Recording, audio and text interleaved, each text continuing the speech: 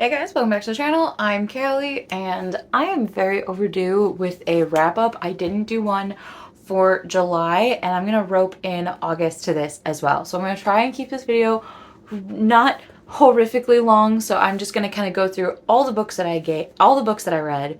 So I'm just gonna go through all the books that I read in July and August in the order that I read them with the rating that I gave them. I'm going to go over some quick stats. So for July, I read a total of 26 books, 2 being DNFs, 5 rereads, 14 were in print, 9 were ebook, and 3 were audiobook. And then for my genre breakdown, I had 6 fantasy books, 13 romances, 1 contemporary fiction, 4 historical, 1 sci-fi, and 1 thriller.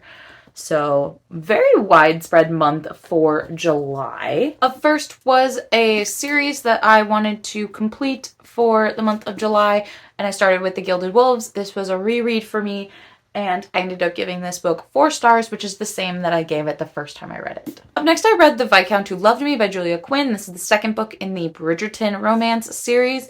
I've been slowly making my way through the Bridgerton series, and I'm really enjoying this. I ended up giving this one 4 stars. I definitely like this better than book 1. Next, I reread The Silvered Serpents, which was the second book in the Gilded Wolves series, and I ended up giving this one 4 stars. This one was also a reread.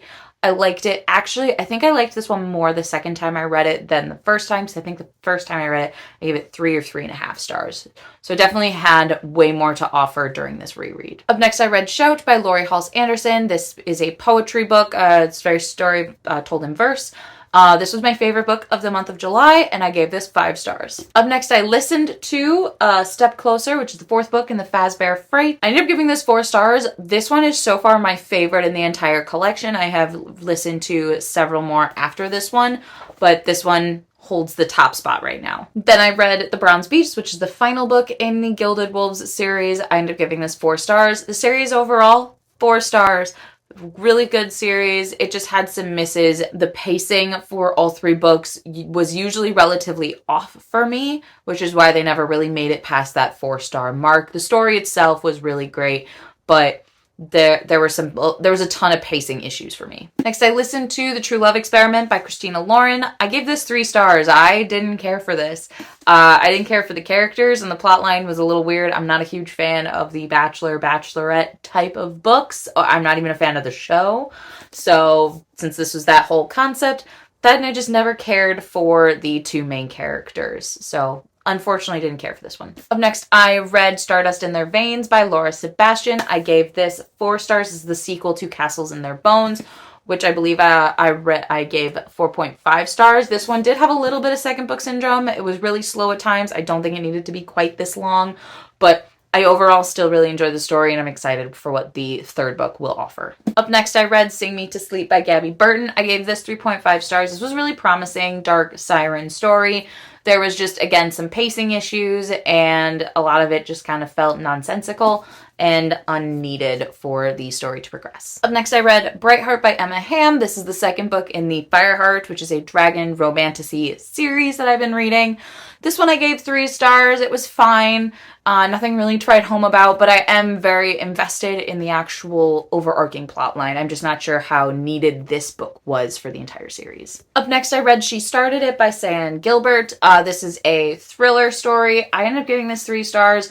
I figured out the plot twist about 20, 30 pages into the book, and I never gave a crap about any of the characters in this book. So, not my favorite thriller. Next, I read Book Lovers by Emily Henry. I gave this 3.5 stars. It just wasn't a great vibe. I never really vibed with the main characters. I never really cared about them, especially the female main character. She jumped from one emotion to the other and would contradict herself constantly, which very much annoyed me. And the guy was barely there. Like, I couldn't tell you a single thing about him. So, fortunately, not my favorite Emily Henry book. Next, I listened to A Court of Mist and Fury. This was another reread during my SJM readathon. Court of Mist and Fury holds a very special place in my heart, so I gave this 5 stars because I love it more and more every time I read it. Next, I read Bloodleaf. This was also a reread. It's been a while since I've read this book, and I gave this 4 stars, which I think is the same rating I gave it the first time around. I still really enjoyed the story and the characters and how the magic system worked. Overall, really good reread. Up next, I read Grace and Glory by Jennifer Armentrout. This is the final book in the Harbinger series. And I really enjoyed how this series ended up coming together and finishing. I ended up giving this 4 stars. The series overall would also give a solid 4 stars. Great story, a little corny, a little cheesy, didn't quite reach that 5-star point for me, but I did really enjoy it and I would recommend it. Next, I read Breakaway by Gracie Riley. This is the second book in her sibling romance series. I ended up giving this 4.5 stars. This book was fantastic. It had great romance. It had great character development, and the plot itself wasn't boring or annoying.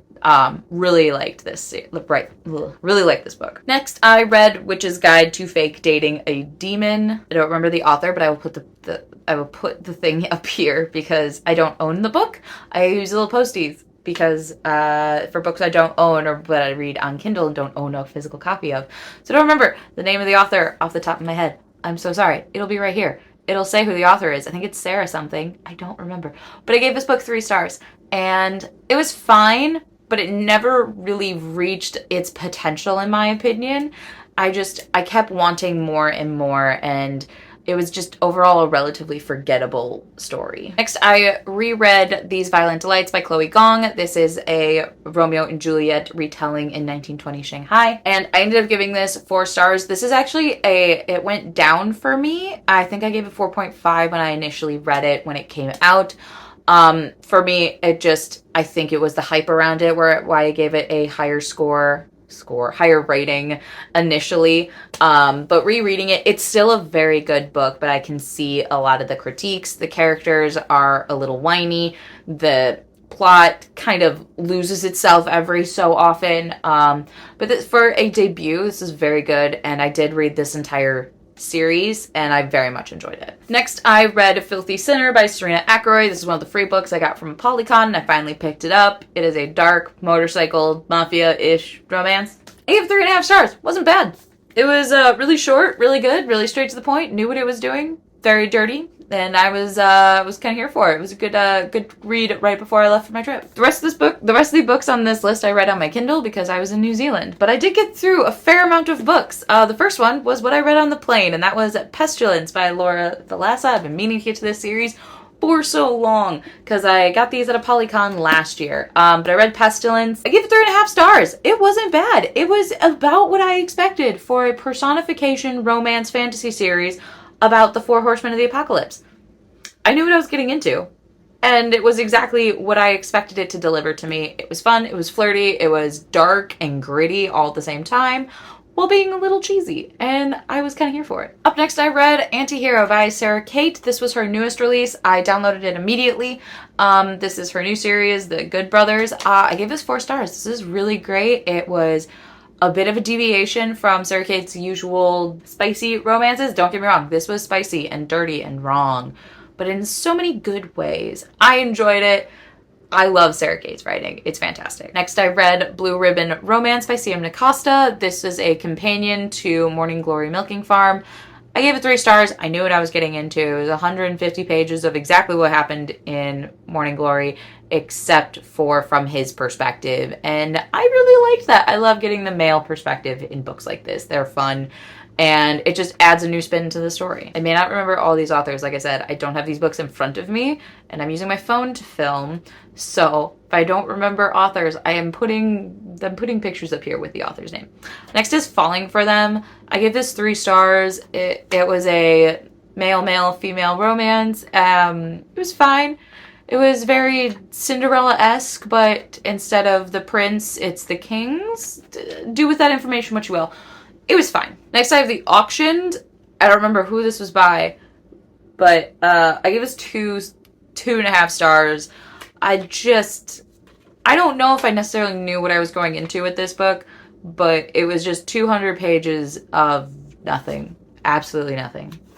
But smut. So, if that was the goal, great. 10 out of 10.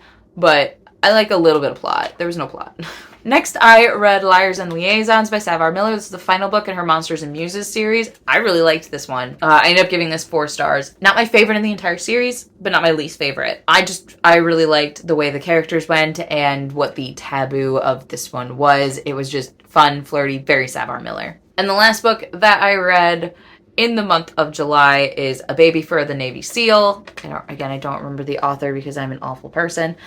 I gave this 2 stars. This was my least favorite book in the entire month. I have a bracket of my favorite books of the month and my least favorite books of the month, and they battle for the end. So I have like my favorite book of the entire year based on the bracket, and I also have a least favorite of the entire year. So I may do a video of that as the year comes to a close or early next year, but this is definitely my least favorite. It was not at all what I was promised. It was just straight up miscommunication trope and dumb. I didn't like a single thing about this book. Moving on to August, some of my quick stats. I read 24 books. I read 24 books in the month of August. I had 1 DNF and 3 rereads.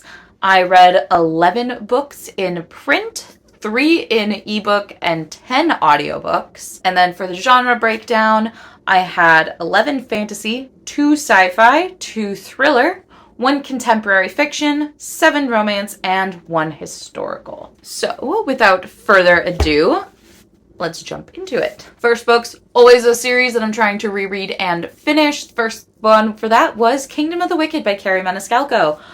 This reread was fantastic. I gave this 5 stars again. I gave it 5 stars the first time, gave it 5 stars the second time. I love this series so much. So glad I decided to finish it. I did also listen to the audiobook for this one. 10 out of 10 would recommend. Next, I listened to Bunny Call, the 5th Five Nights at Freddy's book by Scott Cawthon, Ellie Cooper, and Andrea Wagner. I gave this like 3.5 stars. It was solid. It was really creepy, really fun. This one was way more like adulty than all the other ones. I'm just seriously enjoying reading these Five Nights at Freddy's books. They're stupid, they're kooky, and they're also terrifying. It is a weird mix of things. Next, I have The Only One Left by Riley Sager. This is their newest release. I really liked it, very Lizzie Borden vibes. I gave it 4 stars. Not my favorite Riley Sager, not my least favorite Riley Sager, but twists, turns, all around was fantastic. And I greatly enjoyed being terrified of this. Next, I picked up Kingdom of the Curse by Kerri Maniscalco. I gave this 4.5 stars. I can see why some people thought this had second book syndrome. I really enjoyed it. I really liked the direction this went through.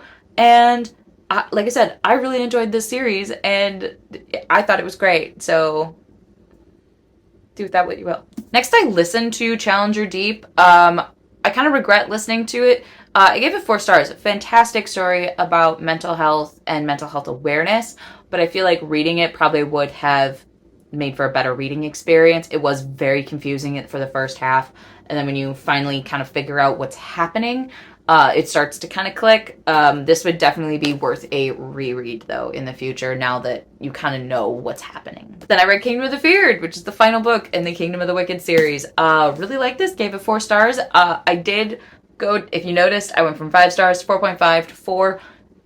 Yes, the first book was definitely my favorite. It had the best atmosphere, best storyline, but I really loved the direction that Kerri Maniscalco went, and I still very much enjoyed this entire series. Series overall, 4.5 stars. Would 100% recommend. Then I read War by Laura Thalassa, the next Horseman book. I gave War 4 stars. Definitely better than Pestilence. Way more substance and way more story. A little less cringy. Still a bit of cringy. Not cringy. Corny is probably a better word. Overall, I really enjoyed this. They're really fun. I also recently finished Famine. Really liked Famine. I think so far War is my favorite, but really did enjoy it. I've been enjoying this entire series. Next, I listened to Empire of Storms by Sarah J. Maas for my entire reread. Empire of Storms is one of my favorite books in the entire series for Throne of Glass, so I gave this 5 stars. Also listening to it, I love listening to the audiobooks for Throne of Glass. They are extremely well done and would 100% recommend that as a medium. Next, I read Greythorn, which is the second book in the Bloodleaf series. I know this wasn't necessarily supposed to be a series. It was just supposed to be a standalone book. I'm really glad that she continued it. I gave it 3.5 stars. It wasn't as exciting as book one, but I do enjoy the direction that we're going. I will be eventually picking up Eben Wild, which is the final book in the series. Another reread that I have Graceling by Kristen Kishore. It's been a long time since I've read this book. I ended up giving this 3.5 stars. It was still really good. It definitely held up. This is a very old YA book. I think this came out in 2006, 2007. Definitely holds up. I really enjoyed it. I ended up listening to this, which was a really different experience. And it's been so long since I've read this book that it was like reading a whole brand new book for it. I'm also listening to Fire currently, which is the second book. Because I actually never continued this series, and I'm really glad that I am picking it back up again all these years later. Next, I read Threads That Bind by Kika Hatsupala. Ooh, I have no idea if I'm pronouncing that correctly. I gave this 4 stars. This was a solid urban fantasy mixed in with mythology, the fates, really cool magic system, and just overall a really great debut, and I'm excited to see where this world goes. Next, I listened to Ink Blood Sister Scribe by Emma Torres. I gave this 3 stars. This was not my favorite book. I was very bored for most of it, which is why I only gave it 3 stars. I listened to it. The audiobook was nothing really to be desired. And I was very confused a majority of the time, and the story itself didn't terribly make sense. Next, I read Stealing Home by Gracie Riley. This is the 3rd book in her Callahan Siblings series. This one was all baseball, which I really love. Baseball's my favorite sport. And I gave it 4 stars. All 3 of these books were fantastic, and I am very excited. Gracie Riley is now going to be an auto by romance author for me. Next, I listened to Blackbird, the 6th book in the Fazbear Fright series by Scott Cawthon. I also gave this one 4 stars. They're getting better each time, and they're really great to listen to. I usually listen to these while I'm working, and the production of the audiobooks does give into that creepy, whimsical, kooky feeling, and I enjoy it every time. Next, I finally read Empire the Vampire by Jay Kristoff. I read this monstrosity. Finally. I really like it. This was my favorite book of the month of August. I gave this 4.5 stars. I loved the way this was written. It was a bit confusing because we were following 3 separate timelines, so it could get a little confused, especially because we're following the exact same characters. But overall, really love this book. I'm very excited for Empire the Damned. Next, I read The Writing Retreat by Julie Bartz. This is a thriller. I gave it 3 stars. Again, I predicted this within the first 50 pages. And when it comes to, I'm okay with usually being able to predict things, but when it comes to thrillers, I want to be surprised. So I didn't really care for the characters, and it seemed very obvious as to what was happening. So not my favorite thriller. But I'm trying out different thriller authors because I know I just typically only read 2 or 3, so I'm trying to read more to expand my thriller horizon. Up next, I read Heartless by Elsie Silver. This is the 2nd book in the, I think it's Chestnut Springs series. It is a cowboy small town romance, and this was cowboy meets big girl from the city looking for a better life trope, and I give this 4 stars. I really like this. I liked this better than Flawless, which was book 1, but I'm definitely continuing with this entire series because I just love this world that Elsie has created. Next, I read Kiss the Girl by Zoraida Cordova. I read this because this was it's a Little Mermaid retelling, but it's pop princess meets rock star romance. This was so stinking cute. I gave it 4 stars. I enjoyed every second of this. This was fun, wild. I got all the Little Mermaid references, which were a little corny, but I was kind of living for it. Next, I listened to Our Violent Ends by Chloe Gong. This was the 2nd book to These Violent Delights. I gave this 4.5 stars. This was a fantastic ending to this duology. There was constant action, constant opening and closing of doors. The shifting of the characters was really well done, and I really liked our cohesive plotline within this one. And I'm excited to continue in this universe with Foul Lady Fortune later this month. Up next, I read Ricochet by Krista and Becca Ritchie. This is the 2nd book in the Addicted to You series. I was a little nervous to pick this up because Addicted to You was a lot darker than I anticipated, and I liked it, but I wasn't sure if I should continue. Everyone who's read the series has told me to continue. I continued. Really glad I did. Ricochet was fantastic. especially with being such a short book. I ended up giving this 4 stars. I am fully invested in Lily and Lo's story. Next, I read My Lucky 13 by Piper Rain. This was another one of the free books I got from a Polycon. I listened to this. I really enjoyed it. It was cute. It was fun. It was a hockey romance with a girl who refuses to date hockey players. So that was really fun. I ended up giving this 3.5 stars. It was what I expected it to be. Next, I read Braveheart by Emma Hand. This is the 3rd book in the, it's called the Dragons of Umbra series. I don't remember if I mentioned that earlier in the video, but this was book 3, and I really liked it. Braveheart, I think, is where everything started to kind of come together, and I'm really intrigued as to the last 2 books. I gave this one 4 stars. Next, I read Legends and Lyres by Morgan Rhodes. I pre-ordered this book, and I finally got around to it. This is the 2nd book in the Echoes and Empires duology. I really liked Echoes and Empires. Legends and Lyres, I only gave 3.5 stars. I feel like we kind of lost the magic from book 1, unfortunately, and there's just some aspects that were dragged on. I almost wish that book 1 was a standalone and was made a little bit longer to encompass what was needed from this book. I don't know if we necessarily need a whole other book. And the last book that I read in the month of August was The Good Girl Complex by Elle Kennedy. I've been wanting to read, this is her newer series, Avalon Bay, which I think has like 3 books now in it. So finally getting around to it, I gave this 4 stars. It was really cute, very Elle Kennedy energy. Very weird that it wasn't a sports romance, because that's what I'm so used to with her writing, but I think that this contemporary beachy rich girl meets poor boy dynamic was really well done, and I enjoyed it. So that is what I read for August. I realized I told you my least favorite book for July, and I'm trying to remember what I did for August. I think for this one, I'm probably gonna go with Inkblood Sister Scribe. There wasn't one that I vehemently hated, which I usually run into 1 or 2 within that month. I didn't hate anything that I read. There was just stuff that I just didn't care for. So I'd probably go with Inkblood Sister Scribe as my least favorite, Empire the Vampire for my favorite, for sure. I also don't pick rereads for favorites of the month. Just that makes no sense to me, which is why Kingdom of the Wicked, the only things that I gave 5 stars were my rereads this month.